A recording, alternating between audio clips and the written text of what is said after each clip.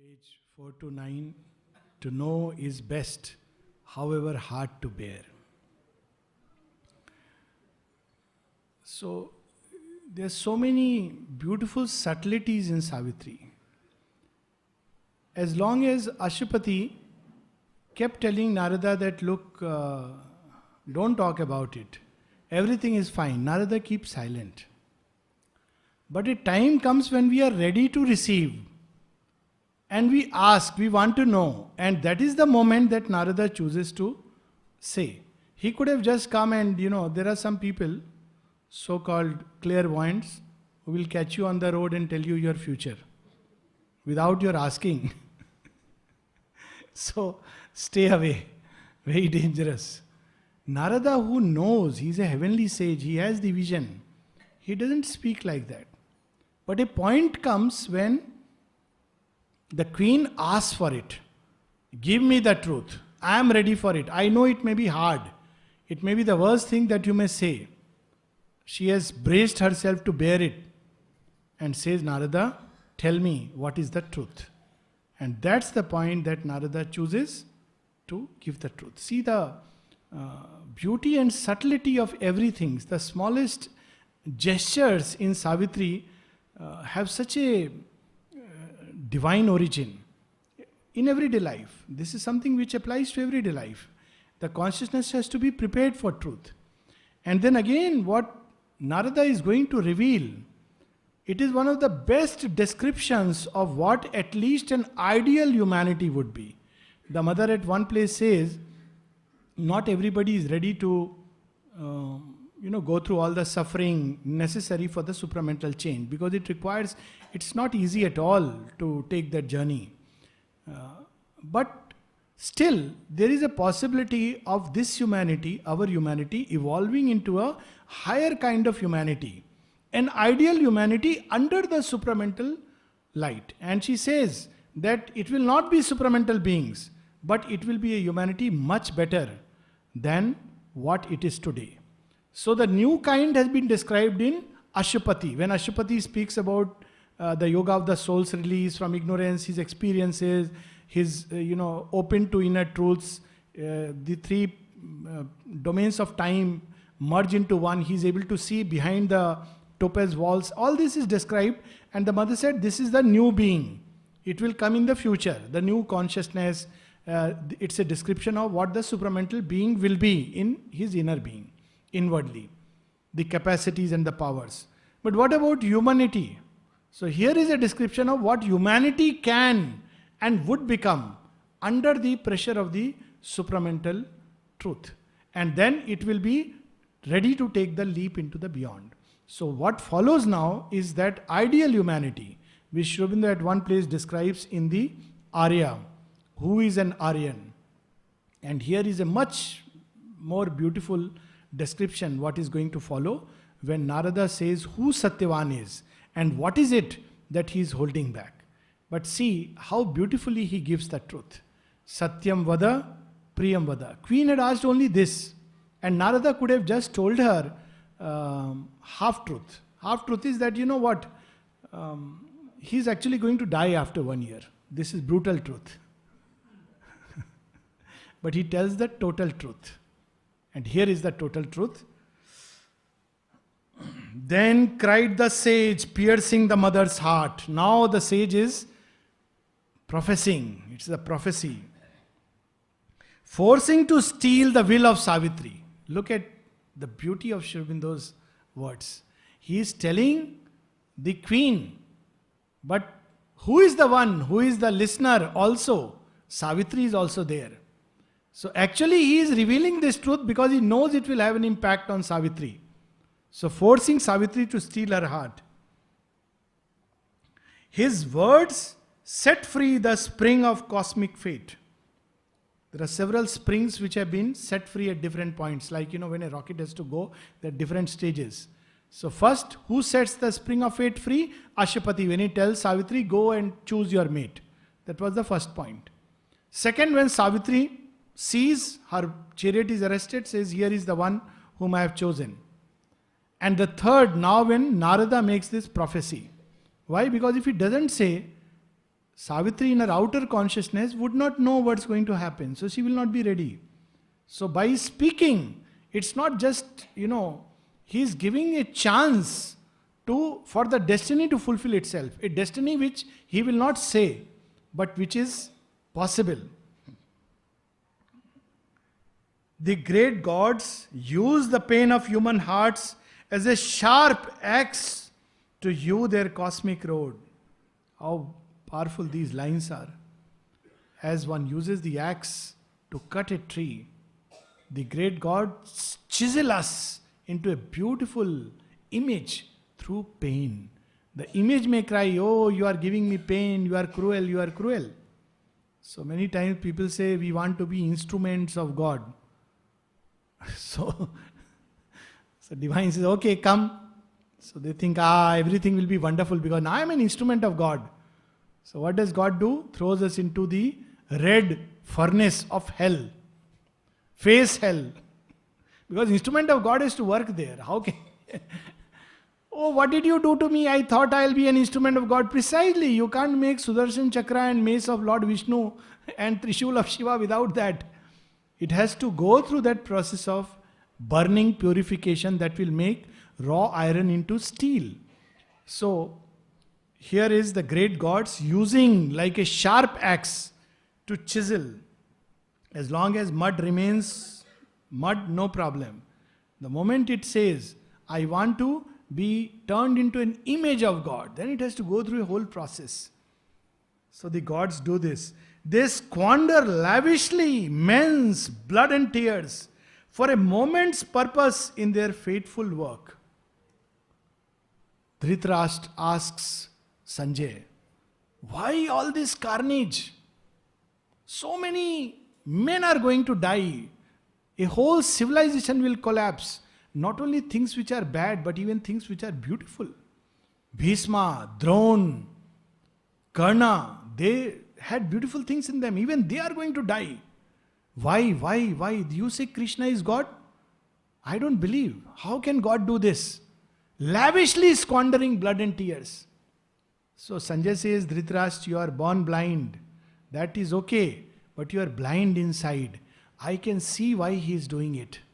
So why he is doing it? Two things will remain. That is God's purpose through all this. One, much after people will forget, this will become history, they will debate whether Mahabharata existed or not. In Harvard University, there will be, or Columbia University, there will be research. And they will prove that 80% Krishna did not exist. And we will believe it, because after all, Columbia University. He says, all that will go, yet men's heart will remember the Gita. And the great vision on the battlefield of Kurukshetra, which only can be released at this point of time. There is not one who has aspired for this. Only when Arjuna faces this crisis is he likely to ask. And the Gita was given to him. So he says, Dhritarashtra, don't worry, you will see all this, but at the end something will remain. Same we see in Trojan War. Shobhita reveals the mystery of the Trojan War. A whole civilization, Troy collapsed. And what was Troy? Men like Hector, noble to the core. Or even for that matter, Paris. What kind of love that he is ready to face an entire army for the sake of his love. Or King Priam, the great sire of the whole Troy family. He says, he calls Helen before the war, and Sri Aurobindo describes it so beautifully in Ilion. So before the war is going to start, everybody is debating, should we not? They are weighing, especially Achilles is on the other side, so they know that he can carnage and decimate the army. Should we fight, should we not fight? So that whole debate goes on in the assembly. So when the debate is over, how Priam takes the decision, the king, he calls Helen and he asks her one question. Do you love this son of mine? Truly? She says, yes. And then he says, all right, we fight. For the first time in history, there will be a war for love. It's amazing. To what height Sri Aurobindo uplifts human consciousness. And Helen says, let civilizations collapse if this be the will. So love is placed so on such a high pedestal, and to that extent that, God squander civilizations, blood and tears for one moment's work, purpose of one moment. So Sri Aurobindo reveals also in Ilion why this had to happen, why Troy had to collapse. Because Helen was actually like Draupadi, Kali's incarnation. So, because Troy had developed, disregarding all other little, Greek, it was not yet Greek that time, but tribes. So it had become an isolated, developed civilization at the expense of everything else, and nature doesn't allow it. So it had to be destroyed. Even if high things collapsed with that. So here is that truth being revealed to us. They squander, gods, they squander lavishly men's blood and tears for a moment's purpose in their fateful work. We cannot understand it because the dimensions of gods are very different. There is another interesting story in Mahabharata where, there is an assembly. Bhima is sleeping on a tree and suddenly he has a vision or a dream vision. He sees that there is a royal assembly where everybody is saying, come soon, and all the warriors come. And they are waiting for who is going to come on the throne. And then Krishna comes. But still by his side the throne is empty. Then Draupadi comes in a form of Kali.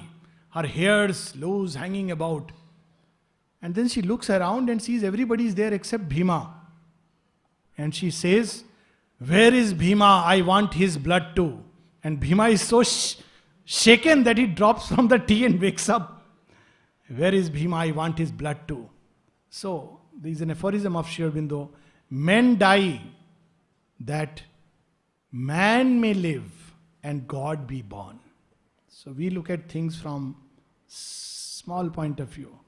But they squander lavishly men's blood and tears for a moment's purpose in their fateful work.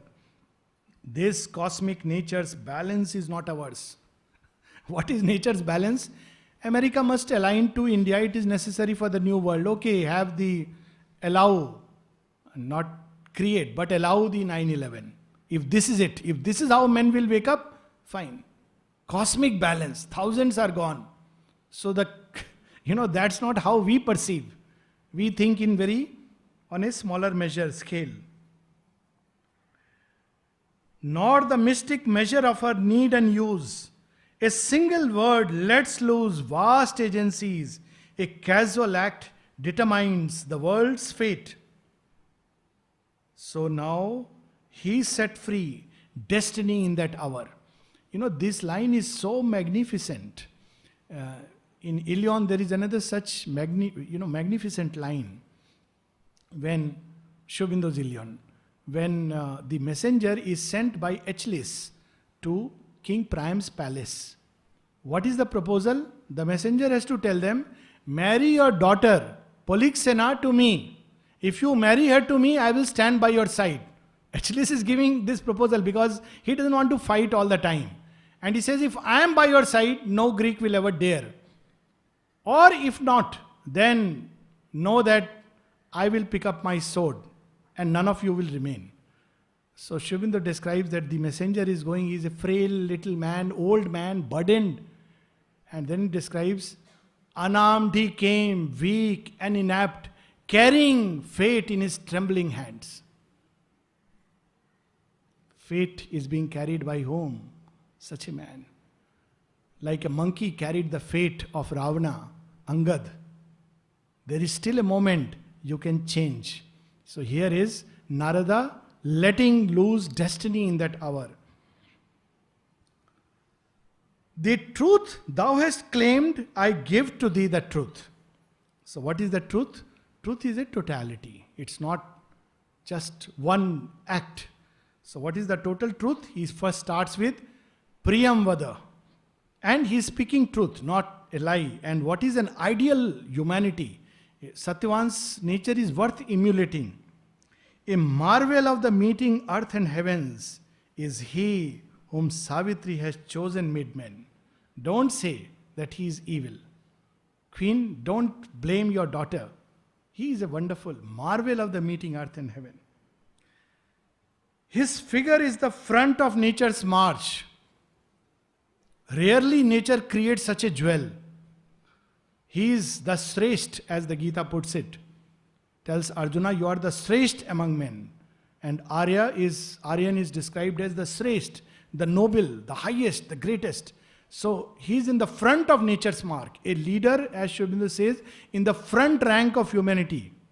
That's how he described, I think, C.C. Dutt, that they are like leaders in the front rank of humanity. They don't hide behind that, when we will enjoy the fruits, let others fight for us. So he is a front rank. His single being excels the works of time. That after 1,000 years probably such a person is created. A sapphire cutting from the sleep of heaven. Delightful is the soul of Satyavan. Anybody who goes near him feels a joy. A ray out of the rapturous infinite. A silence waking to a hymn of joy. A divinity and kingliness gird his brow. So what if he is not a king? There is in his gesture, in his speech, in his actions, a royalty. A divinity girds his brow. We see this now that other serial is coming. Ashoka. He is a child. And in every gesture of his, there is a kingliness. And he calls himself King Vanraj. Why? Because he is grown up in the One. So he says, you may be king so and so, I am Vanraj, Samrat. He has that kingliness, he is born for that. So he says that divinity girds his brow. See how subtle this is. He is destined to be the king. Even if death is waiting round the corner, this is how destiny works. A kingliness, a divinity and kingliness gird his brow. His eyes keep a memory from a world of bliss. That his eyes are not mortal eyes. It still remembers that rapturous infinity from which it has come. As brilliant as a lonely moon in heaven. There are many stars. Film stars, cricket stars. But there is the moon. All the stars fade away. So, says he's like a moon in heaven. Moon is alone. As brilliant as a lonely moon in heaven. Gentle. Gentle like the sweet bud that spring desires. Now you see what similes Sri Aurobindo uses. There is a whole essay of Sri Aurobindo, not an essay, it's a debate, one of his very beautiful play. He wrote at the age of 18. It's the harmony of virtues. Where he says, what is a perfect human nature? Now you see, he's in Ramcharitmanas, we have a description of Rama. He is being described on one side as Komal, Sukumar, tender. So here he is describing that Satyavan is gentle as a bud, that the spring desires. So this is pure like a stream that kisses silent banks. He takes with bright surprise spirit and sense. So when there is a heavenly atmosphere, when there is a reading of Savitri, he takes delight in that. But equally, when there are things which are beautiful to the senses, a wonderful image, a thing of beauty outside, that also he enjoys. He enjoys wonderful music. He enjoys beautiful sights. So you see how he is describing an ideal humanity. An ideal humanity is not that which disregards earth for the sake of heaven. It takes equal joy in spirit and sense. That's why he is chosen by Savitri. You see in the life of Shiva, Shiva on one side is an ascetic of ascetics. On the other side, dance, music, poetry, Vyakaran, all these things have come out of him. So here he is a cosmic dancer. He loves to dance. He loves to play music. So there is this aspect in our literature which Sri Aurobindo is bringing out so beautifully, that he takes with bright surprise, spirit and sense, a living knot of golden paradise. He is inwardly connected with paradise. Knot, a living knot. A blue immense, he leans to the longing world. Time's joy borrowed out of eternity. That it looks like heavens have lent him for some time to earth. Time's joy borrowed out of eternity. A star of splendor or a rose of bliss. Simultaneously, these contraries which can harmonize in a human being create a perfect and ideal humanity. That Sri Aurobindo says that it's the harmony of nature. So that harmony is being shown to us. In him, soul and nature equal presences. So sometimes the soul is very developed, but nature is stunted. But a point where soul is developed and nature is also developed, and there is a perfect harmony. Nature has become an instrument of the soul. In him, soul and nature, equal presences, balance and fuse in a wide harmony. So they are not antagonized to each other. There are many who have a developed nature but no spark inside, or very little. Perhaps the very development of nature buries this spark. Top musicians, very brilliant, everything. There are others spiritually very inclined, but nature is not developed. But here is Satyavan, where soul and nature are beautifully developed and harmonized. So Sri Aurobindo is giving us a hint that we should not discard nature. She is also to be respected, developed, heightened. The happy in their bright ether have not hearts more sweet and true than this of mortal make. Gods envy him. This is the beauty of humanity. Because we have in us the psychic being, even the gods, we are subject of envy to the gods. We can manifest things which are not found in gods. And that we know in our own story. This film was shown in playground, and the mother felt very amused, and she literally laughed when she saw the story of Anusuya, that all the gods envy, that no, we don't believe there can be a human being who can be greater than us in terms of love, loyalty, faithfulness, sweetness, strength.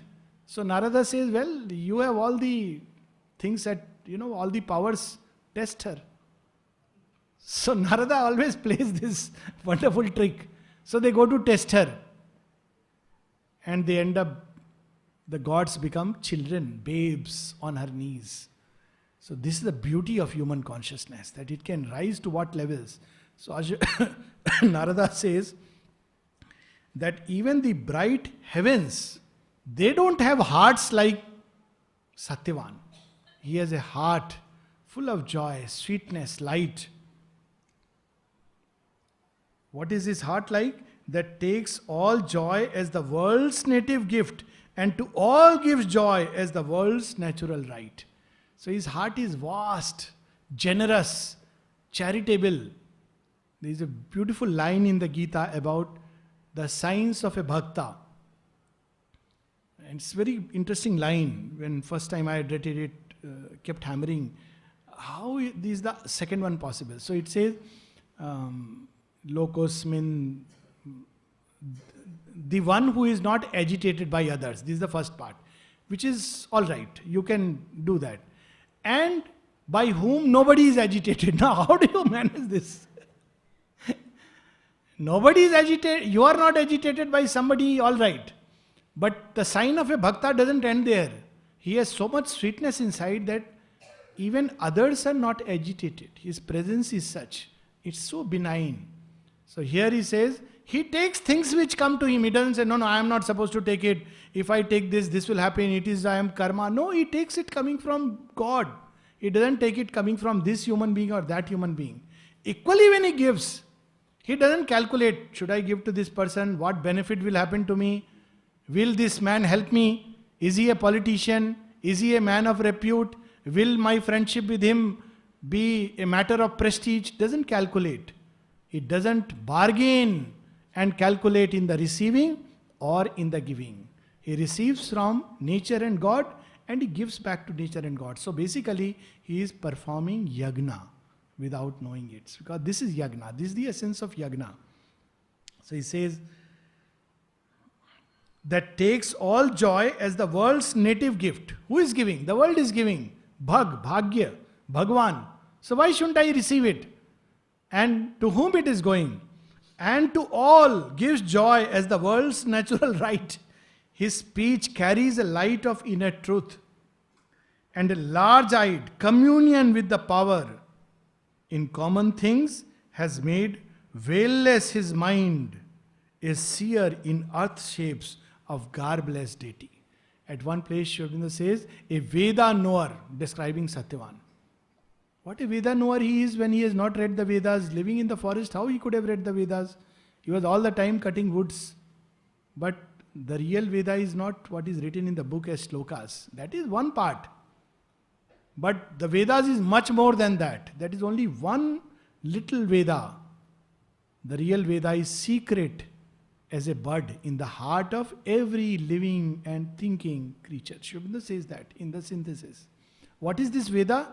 It is the wisdom which is written behind tree and ocean and stone and volcanoes and everywhere. And when one sees this Veda, one sees the deity everywhere. So when tsunami comes, one says, Mother Kali, you are flowing. Yes. Kalia is coming. Krishna also must be somewhere around the waves of tsunami. Oh Krishna, I want to see you dancing. Or like Chaitanya looks at the ocean and says, my beloved, Neel Varni, Shyam Varni, and jumps into it. This is not to be done. As they say, these stunts are performed by experts. They are dangerous. These states cannot be imitated. When he looks at the sky, he says, in the blue of the sky, in the green of the forest, whose is the hand that has painted the glow? One sees the divine artist. Looks at, in the blush of a girl, in the strength of a man, in the beauty of women. Look at how this is the discovery of the Veda, and Satyavan has discovered it. So in entire nature, that's why in India, one worships everything. People don't understand it. They say, what is this? You worship tree, you worship a stone, you worship the sun, moon, stars. Except man, you worship everything. No, we worship man also. We say, this Devta, Brahman Devta, Atithi Devta, Ye Devta, Raja bhi Devta, Nar Narayan, Harijan. We have everybody is an object of worship somewhere or the other. Whatever was left, Vaishya and Shudra, the Lord has even sanctioned that, when they take the name of the Lord, they are also saints. Nar mein hi Narayan hai, abhi bacha kya hai? Everything is a Devta. This is a courageous, bold and wide, affirmative, synthetic spirituality. And Satyavan knows it without reading a single book. And that's the beauty. Or even if he has read it, he has understood it. So because he has read it with an inner eye. So he is seeing the garbless deity. The garbs are the shapes. A tranquil breath of sky, windless and still. Now he gives other similes that, I am at loss of words to describe Satyavan. So the Lord is using similes. A tranquil breath of sky, windless and still, watching the world like a mind of unplumbed thought. A silent space, musing and luminous, uncovered by the morning to delight. A green tangle of trees upon a happy hill, made into a murmuring nest by southern winds. These are his images and parallels. He says, I cannot say more about Satyavan. I can only use some images, like a tranquil sky, windless and still. Like a forest where the winds make a nest. Can we imagine? Where the winds come and gather like a grove. They make a nest. So what kind of, also at what level this symbol applies? His mind is like the sky. His vital is like the trees where forces and currents rush in to find repose and rest. These are his images and parallels. His skin in beauty and in depth his peers. So the closest I can tell you is this. A will to climb lifts a delight to live. So he loves to live. Sri Aurobindo said at one place in evening talks, what is important in this yoga? There are many things at different places he has said. One of them is, he says, is Joie de vivre, the joy of life. Because that is the joy which comes from the Pran Tattva which uplifts us. So one cannot go to God with a morose face. This world is horrible, useless. I want to come to thee. So God will say, first you take delight there, and then you are ready for my delight. You can't even take this little delight. If my delight touches you, you will collapse. So here it is so beautiful. A will to climb lifts a delight to live. He doesn't leave life behind. He takes everything to those heights. Heaven's height, companion of earth beauty's charm. So he carries his nature along with him on the roots. An aspiration to the immortal's air. Lain on the lap of mortal ecstasy. So in every action which is human, he brings the touch of God. This is Satyavan. His sweetness and his joy attract all hearts. To live with his own in a glad tenancy. Everyone wants to come near him just for a few moments. Tenancy. None can claim because his heart is vast, but yet like a tenancy. Everyone is drawn because of the sweetness. His strength, but he's not a weak person. His strength is like a tower built to reach heaven, a Godhead quarried from the stones of life. So on one side he has said, a sapphire cut from the sleep of heaven, tender like a bud. But on other side, his strength, he has the strength to reach the heavens. He is not the kind who will give up halfway. Oh no, I am feeling tired. Till last breath, he will climb. This is the strength, like a tower. And then he sets destiny free. Oh loss, if death into its elements. What a loss for earth. Of which his gracious envelope was built. Even his body is something beautiful. Gracious envelope. And yet, what a loss if it could not contain this consciousness for long. So he is hinting now, Queen, be ready. O loss, if death into its elements, the 5 elements of which his gracious envelope was built, what secret truth Sri Aurobindo is revealing? Death comes to what? And we know it. पंच तत्व अपने अपने तत्वों में विलीन हो जाते हैं. It's only on these elements of which the material envelope is built. The vital does not die, the mind does not die, the soul surely does not die. And yet we say, he has died. No, he dies, no, she dies. The Panch Tattvas go into the Panch Tattvas. See how Sri Aurobindo is describing this with a subtle touch. What a phrase it is. O loss, if death into his elements. What are these elements? These are the 5 elements, the Panch Tattvas. If death into its elements, of which his gracious envelope was built. His material envelope, which contains his inner being, is built by these 5 elements, and it will be a loss if death can enter and shatter this vase before it breathes its sweets. Because after all, this is a heavenly bloom. It cannot perhaps last long.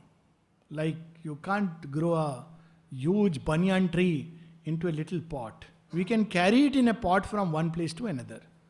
If you have to carry a small little Vat Vraksh, we can carry it to another place, but not for long. Because the roots will break open. We have to transfer it to a soil which can hold it. Whereas there are some plants only for small little vases. They are very nice, beautiful. But Vat Vraksh cannot stay with smallness. So he says, shatter this vase before it breathes its sweets. This mud pot, before it breathes the bloom of the rose and the beautiful fruits, if it has to disintegrate. As if earth could not keep too long from heaven a treasure thus unique, loaned by the gods. A being so rare, of so divine a make. So sometimes it's not possible to hold this. We were talking about Swami Vivekananda. The body cannot keep pace with the development of the soul. He is supposed to have remarked once, my soul is growing at such a tremendous speed, it's becoming so vast that my body is not able to take it. The body has to develop along. That's why the mother was so particular about physical exercises, and he said meditation you people can do later on. And Swami Vivekananda had realized this. So he would say, tell these young boys to play football. Let them build nerves of steel. Don't worry about the Gita. It is there in their blood.